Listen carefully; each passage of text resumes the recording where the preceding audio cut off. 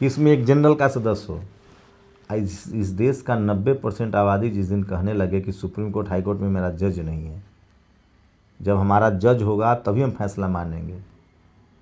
सोचिए, एक कॉलेज में ये क्या है, ये गाइडलाइंस है, कुछ नहीं इसके पास अधिकार है, ये फांसी चला देगा, बच्चों को रेस्ट्रिकेट कर देगा। ये सुझाव के लिए बनाया गया है। कोई छात्र कंप्लेन करेगा तो उसको बुला के समझाया जाए कि बाबू ऐसा मत करो। इस देश का इलाज जाति जनगणना से ही होगा। जब तक जाति जनगणना नहीं होगा तब तक पता कैसे चलेगा वाइस चांसलर कौन है, प्रोफेसर कौन है, छात्र कौन कहाँ कितना भरा हुआ है। तो ये सिर्फ जज भी उनका, चपरासी भी उनका, चीफ जस्टिस भी उनका। ये बहुजनों, ये दलित, पिछड़े, किसान, आदिवासी, अल्पसंख्यक समाज के नेताओं को सोचना चाहिए। सोचिए, वो लोग कांग्रेस में हो, बीजेपी में हो, सब एकजुट हैं। कांग्रेस वाले भी विरोध कर रहे हैं कि हाँ, मतलब सारे पार्टी के सवर्ण नेता एकजुट हो गए। तेज प्रताप यादव के पार्टी के भी एकजुट हो गए। तो बहुजनों को इसमें सीख है कि सीखिए आप उनसे, समाज लाए उनको सत्ता में। अरे जो चपरासी नहीं बनने देना चाहता है, जो हमको कॉलेज यूनिवर्सिटी में पढ़ने नहीं दे रहा है, जिसको पैनल पर भरोसा नहीं है, वो दलित समाज के बेटी को मुख्यमंत्री बना देगा। क्या बात कर रहे हैं। चपरासी नहीं बनने देना चाहता है, वो आपको चीफ मिनिस्टर और एसपी डीएम बनाएगा। सब लोग ठगते हैं। तो अभी बीजेपी के ये लोग विरोध कर रहे हैं, जो मानते थे कि भाई देश के लिए कोई भी कानून आता था दूसरे के लिए तो ये लोग कहते थे कि भाई पाकिस्तान चले जाओ, नहीं मानना है। तो आज विरोध कर रहे हैं कि मोदी जी हमारे लिए नहीं है। तो क्या आने वाले इलेक्शन में अब ये लोग बीजेपी के खिलाफ जाएंगे? क्योंकि आप कहते हैं कि सवर्ण जो है वो कोर वोटर है बीजेपी का। कभी नहीं, कभी नहीं। ये सब आरएसएस के। मोदी जी को हटा सकते हैं प्रधानमंत्री से, ये कर सकते हैं। धर्मेंद्र प्रधान को हटाने की साजिश है, जो कुर्मी समाज से शिक्षा मंत्री। योगी यूजीसी ने एक नया नियम जारी किया है, promotion of equity in higher education institutions regulation 2026, जिसको लेकर पूरे देश भर में बवाल मचा हुआ है।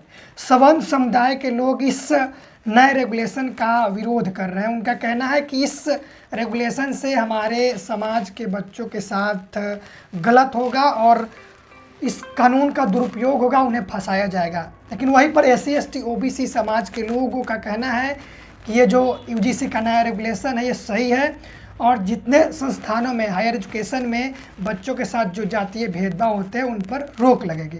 इस मुद्दे पर बातचीत करने के लिए मेरे साथ इस वक्त मौजूद हैं नेशनल दस्तक के चीफ एडिटर वरिष्ठ पत्रकार शंभू कुमार सिंह सर। इनसे बात करेंगे। सर, क्या कहेंगे यूजीसी का जो नया रेगुलेशन आया है, promotion of equity in higher education institution regulation 2026, जिसको लेकर लोग विरोध कर रहे हैं, आपका क्या कहना है सर इस पर? एक तो इसमें SC ST OBC छात्रों के प्रोटेक्शन के लिए कुछ है नहीं, सिर्फ सगुफा है जी। ये जाति जनगणना का जो मुद्दा है ना, उसको डाइवर्ट करने के लिए किया गया है। लेकिन उसके बावजूद जो सबसे अच्छी बात हुई कि लोगों के चेहरे से नकाब हट गया है। अब सोचिए कि कोई छात्र कंप्लेन भी कर दे SC ST OBC का, तो जांच करने वाले कौन लोग हैं? वाइस चांसलर कौन है, प्रोफेसर कौन है, डीन कौन है, रजिस्ट्रार कौन है? उससे क्या बदल जाएगा? आज भी दलित, पिछड़े, किसान, आदिवासी, अल्पसंख्यक समाज के लिए FIR दर्ज करा पाते हैं? चपरासी से चीफ, अभी जो लोग जनरल कैटेगरी के लोग कह रहे हैं कि इसमें हमारे सदस्य नहीं हैं, कह रहे हैं ना जी, कि इसमें एक जनरल का सदस्य हो। इस देश का 90% आबादी जिस दिन कहने लगे कि सुप्रीम कोर्ट हाई कोर्ट में मेरा जज नहीं है, जब हमारा जज होगा तभी हम फैसला मानेंगे।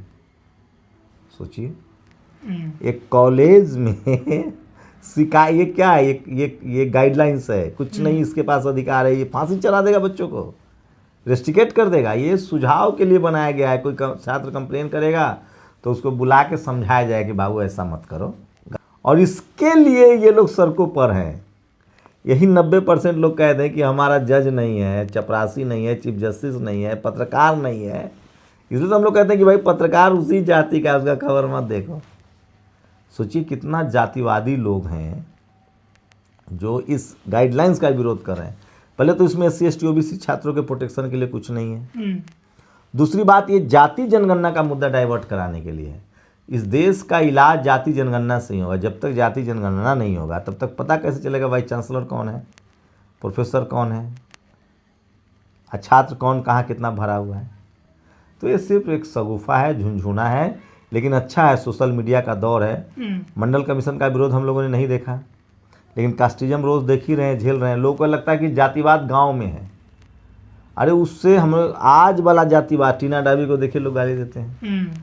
अरे आज तो हद हो गई। वो कुर्मी समाज का जो MHRD का मिनिस्टर है धर्मेंद्र प्रधान, उनको गाली दी जा रही है, प्रधानमंत्री जी की जाति को गाली दी जा रही है, जबकि अभी तक हिंदू हृदय सम्राट थे। अब बताइए, जिस देश में जाति के नाम पर प्रधानमंत्री को लोग गाली दे सकते हैं, मान्यवर साहब को गाली देते थे, जननायक कर्पूरी ठाकुर को गाली देते थे, वर्तमान प्रधानमंत्री को जाति सूचक गालियाँ दी जा रही है। जब वो प्रधानमंत्री का लिहाज नहीं करते हैं, जब वो शिक्षा मंत्री का लिहाज नहीं करते हैं, तो एक गरीब, दलित, पिछड़ा, किसान, आदिवासी, अल्पसंख्यक छात्रों के साथ क्या करते होंगे, सोचिए, बस इमेजिन, कल्पना कीजिए। सर उनका कहना है कि हमारे बच्चों के साथ गलत होगा, गलत कानून उन पर लागू कर दिया जाएगा, उनको फंसा दिया जाएगा झूठे केस में, इसको लेकर डरे हुए हैं। अरे कैसे फंसा दिया जाएगा? उसमें है क्या? फांसी चढ़ा देगा? वो जो रेगुलेशन एक्ट है उसमें तो कुछ है ही नहीं। मैं वही तो कह रहा हूँ कि इस देश के दलित पिछड़ों को सीखना चाहिए इन सवर्णों से कि वो एक गाइडलाइंस नहीं मान रहे हैं। हम उनके सुप्रीम कोर्ट, हाई कोर्ट के सारे जजों के फैसले मान रहे हैं।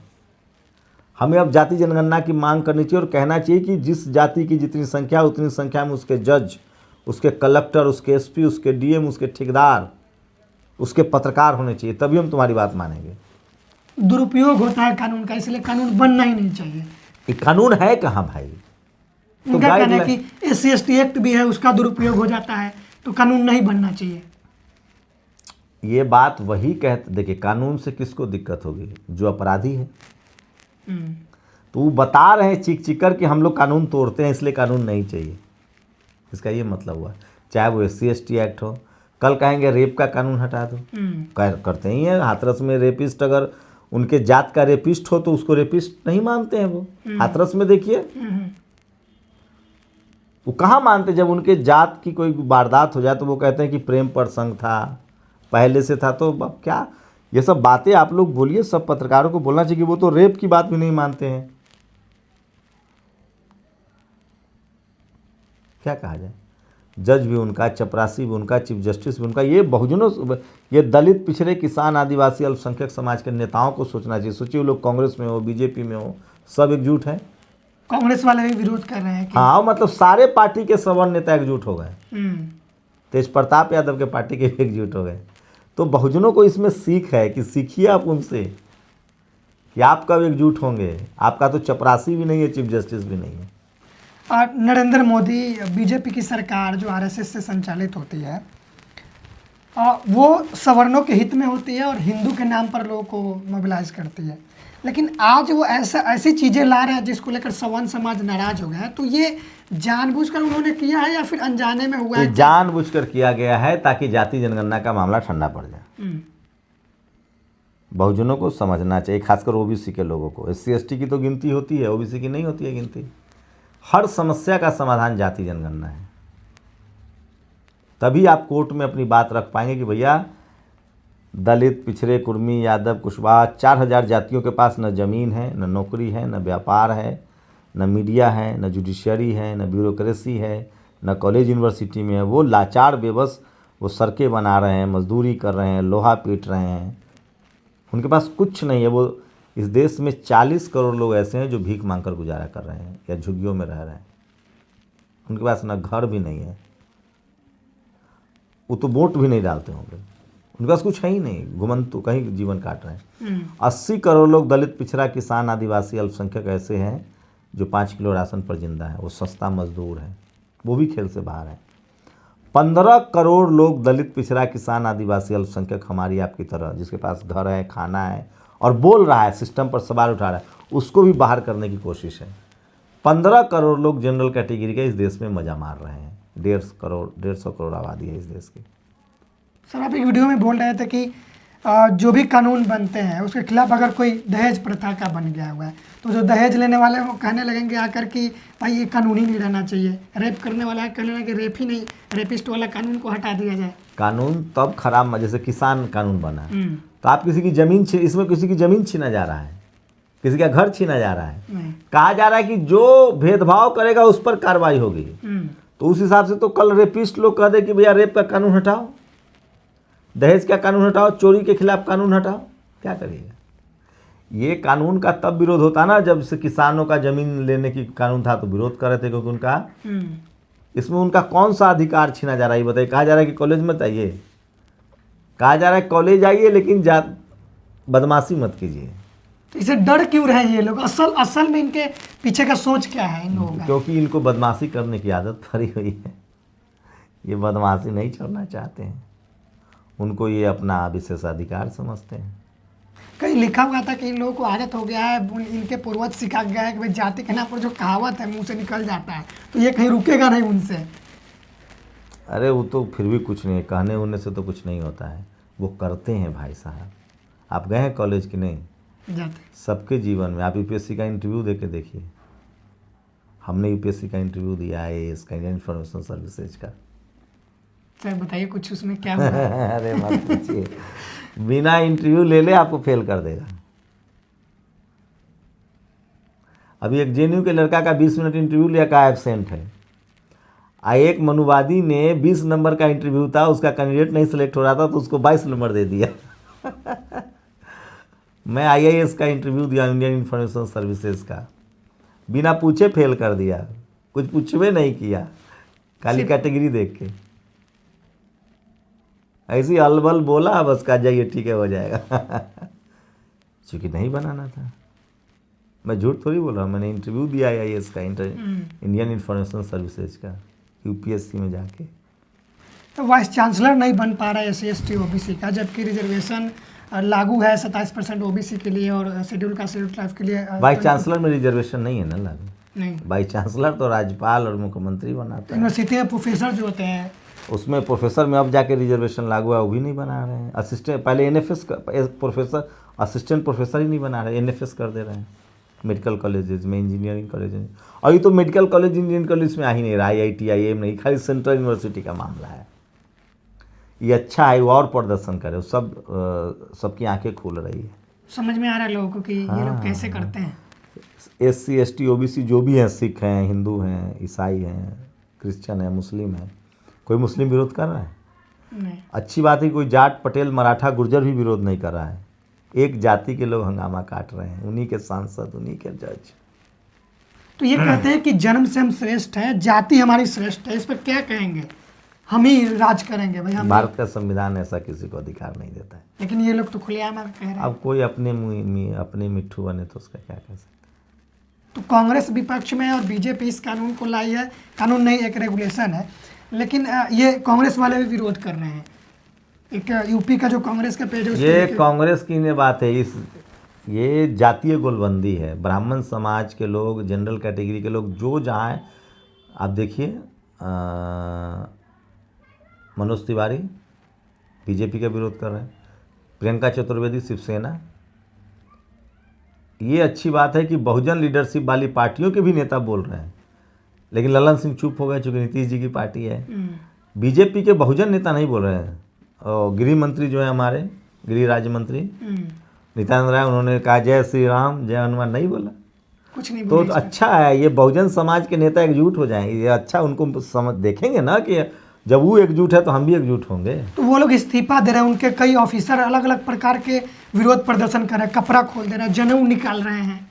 हाँ, तो बहुजन समाज के नेताओं को देखना चाहिए, बहुजन समाज के डॉक्टर, इंजीनियर, प्रोफेसर को देखना चाहिए कि वो समाज उससे सीखने लायक है कि जब आपके हक अधिकार छीने जाए तो आप भी ऐसे ही एकजुट रहिए, पार्टी से ऊपर उठ के, जाति से ऊपर उठ के बहुजन बनिए।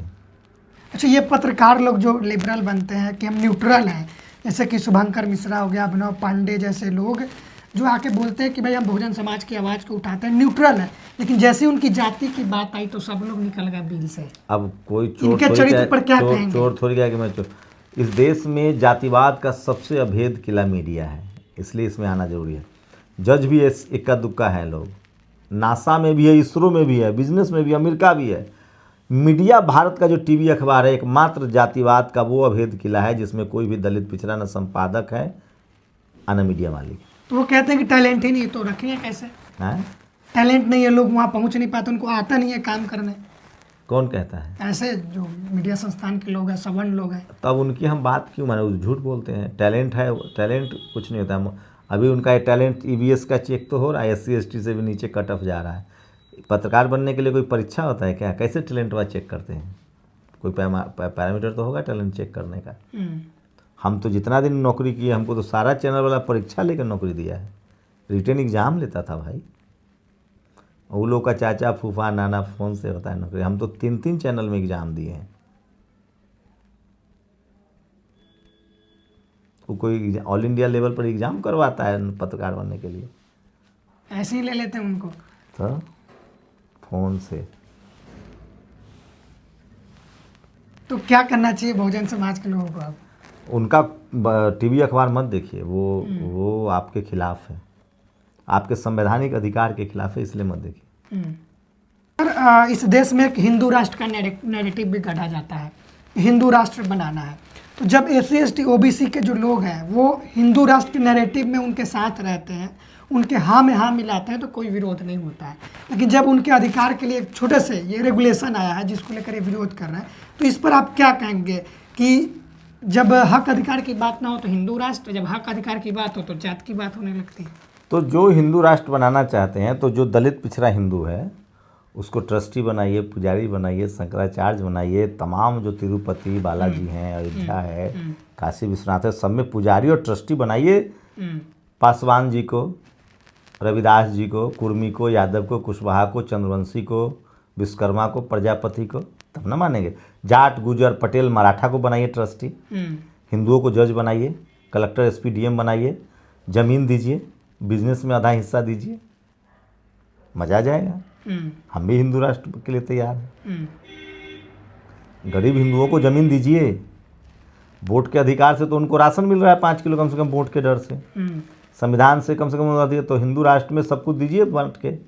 अपने हिंदू के साथ तो मजबूती से खड़ा होइए। इसी में दिख गया कि 90% वाले हिंदू पर कह रहे कि हमको भरोसे नहीं है। अगर उनका सवर्ण हिंदू नहीं है पैनल में तो कह रहे कि हमको भरोसा नहीं है। अब बाकी 90% हिंदू के जज नहीं है, कलेक्टर नहीं है, SP नहीं है, तो भी हम लोग को सब पर भरोसा है। और वो देश के नेता बन जाते हैं, हमारे लोग जाति के ही। बस यही समझिए। तो इस पे बहुजन समाज के जो बड़े नेता हैं उनका कोई स्टैंड नहीं दिख रहा है।